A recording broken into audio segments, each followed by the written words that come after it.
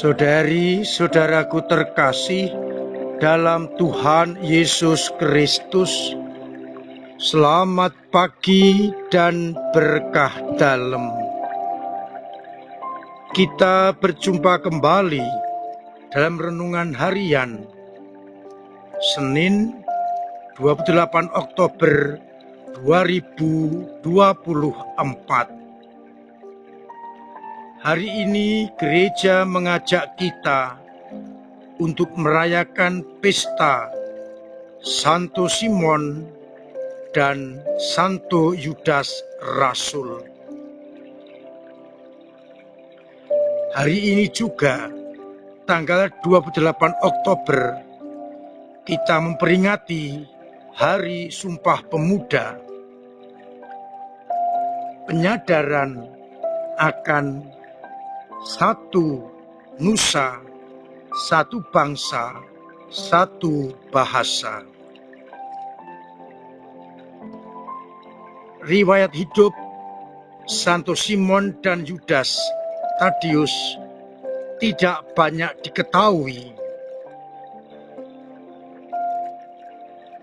Namun yang pasti, ia menjadi rasul sampai mati dengan menumpahkan darahnya sebagai martir.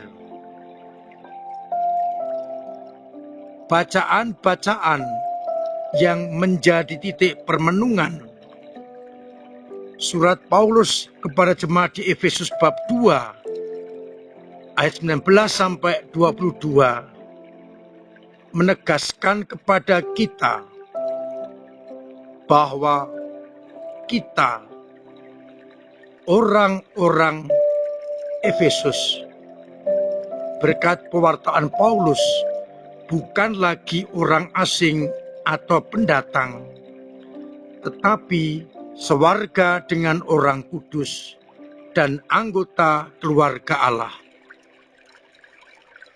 Umat dibangun atas dasar para rasul dan para nabi, dengan Kristus sebagai batu penjuru.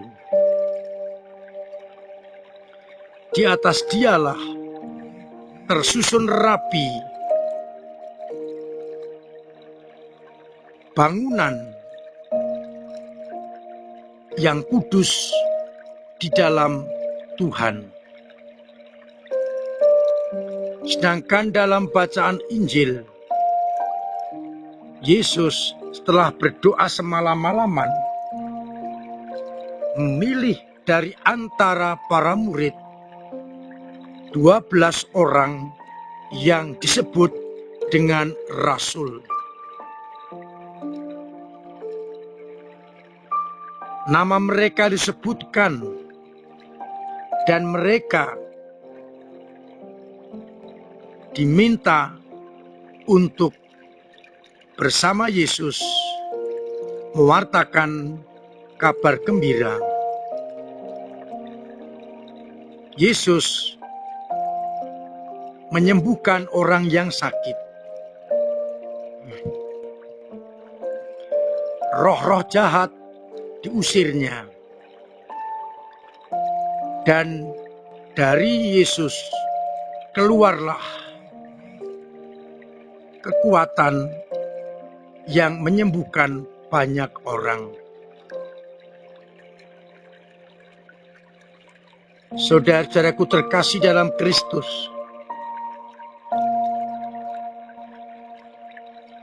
umat Efesus dipilih dan dipanggil kepada hidup sebagai keluarga Allah. Kita pun dengan pembaptisan juga dipanggil dan dipilih. Kita tidak kebetulan dibaptis, tetapi dipilih oleh Allah agar menjadi anak-anaknya lewat pembaptisan. Dan kita dibangun di atas dasar para rasul yang menyampaikan warta sukacita dari Yesus Kristus.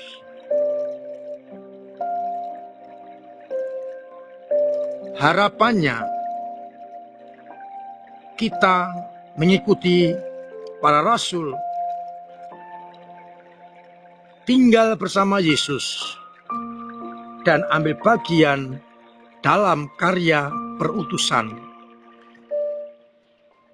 Itulah inti panggilan kita sebagai anak-anak Allah.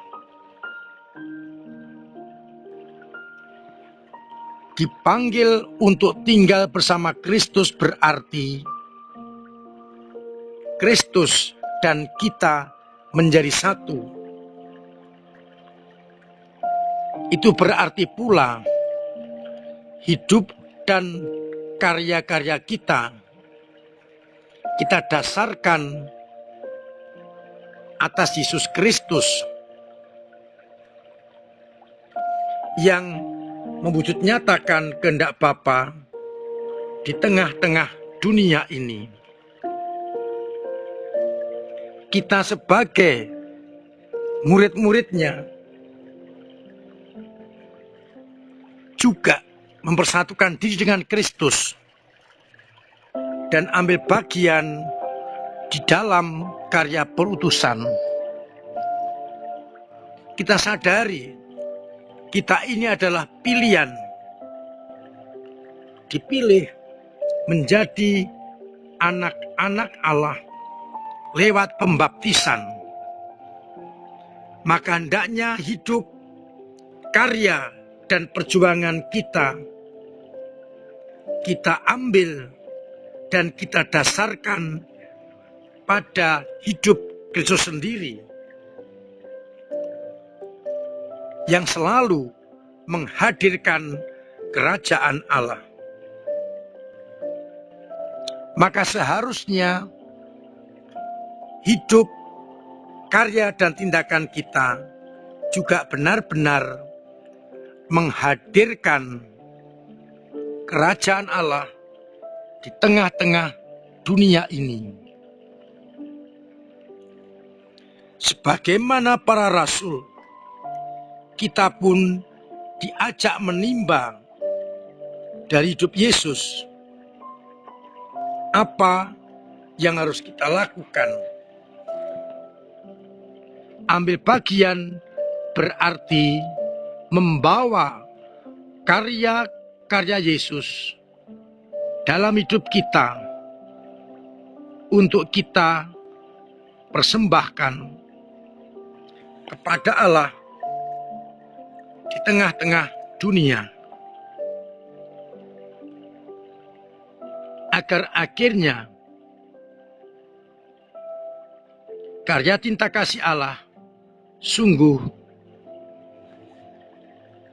dimengerti oleh dunia dan akhirnya mewarnai dunia.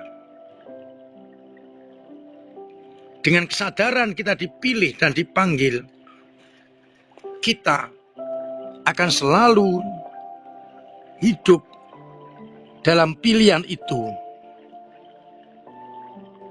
Hidup sebagai anak-anak Allah. Dengan Kristus sebagai batu penjuru yang menjadi dasar karya kita. Sehingga akhirnya dunia diwarnai oleh cinta kasih. Semoga kita semakin mampu untuk selalu tinggal dalam Kristus dan Kristus dalam diri kita. Lalu kita ambil bagian di dalam karya perutusan. Seperti para rasul pun hidup melulu mewartakan Kristus dalam hidup mereka. Semoga semangat para rasul menjadi semangat kita bersama. Tuhan memberkati kita sekalian. Amin.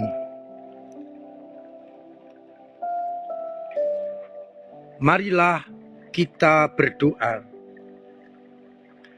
Bapa yang penuh kasih, kami bersyukur karena Engkau senantiasa memanggil kami menjadi anak-anak-Mu.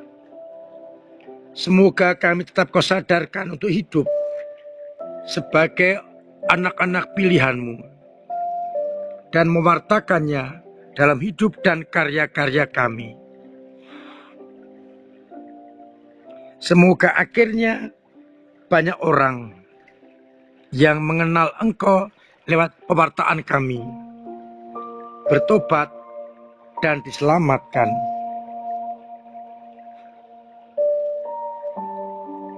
Semoga iman kami yang kadang lemah Engkau kuatkan, yang jatuh Engkau bangunkan, yang mandek Engkau dorong, agar akhirnya iman itu semakin mendalam, semakin tangguh, dan semakin kami hidupi. Semoga umat-Mu yang sakit Engkau sembuhkan, yang telah berpulang menghadap-Mu Engkau sambut dalam pangkuan-Mu, yang beban berat Engkau ringankan,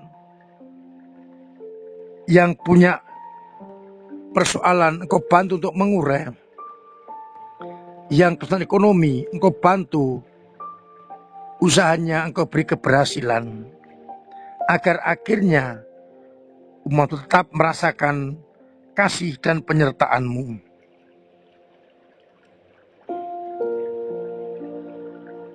Untuk itu, sertai kami dengan berkat-Mu sendiri, Bapa dan Putra dan Roh Kudus. Amin. Saudara-saudaraku terkasih, tetap saya ingatkan agar terus mengusahakan pola hidup yang sehat. Agar apabila kita sehat, semua orang sehat. Dan kita bisa hidup dengan tenang. Terima kasih untuk semua usaha dalam membantu gereja mewujud nyatakan kerajaan Allah di tengah-tengah masyarakat lewat lingkungan, lewat wilayah, paroki, rayon, kefikipan maupun keuskupan. Sumbangan kita akan sangat berarti lewat doa-doa, tenaga dan karya serta dana. Amplop-amplop misi yang belum dikembalikan ke gereja masih ditunggu sampai tanggal 31 Oktober. Bisa dibawa saat nanti misa penutupan bulan Rosario. Tanggal 31 Oktober kita akan mengadakan misa penutupan bulan Rosario pukul 6 sore. Mari berbondong-bondong kita menghormati Bunda Maria dengan menutup bulan Rosario. Kesempatan mengenang arwah sanak keluarga di paroki kita diadakan 3 kali. Sabtu pagi pukul setengah 6, tanggal 2, Senin tanggal 4 pagi setengah 6, dan sore pukul 6. Amplop-amplop wujud bisa diambil di pos satpam ataupun di sekretariat. Setelah ditulis nama maksimal 5 orang, silakan memasukkan ke kotak yang telah ada. Ditunggu paling lambat tanggal 1 November pagi.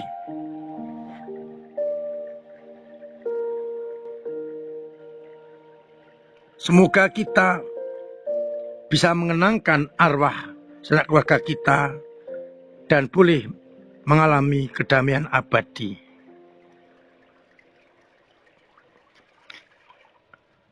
Akhirnya saya mengucapkan selamat pagi, selamat merenungkan, salam sehat, Tuhan memberkati.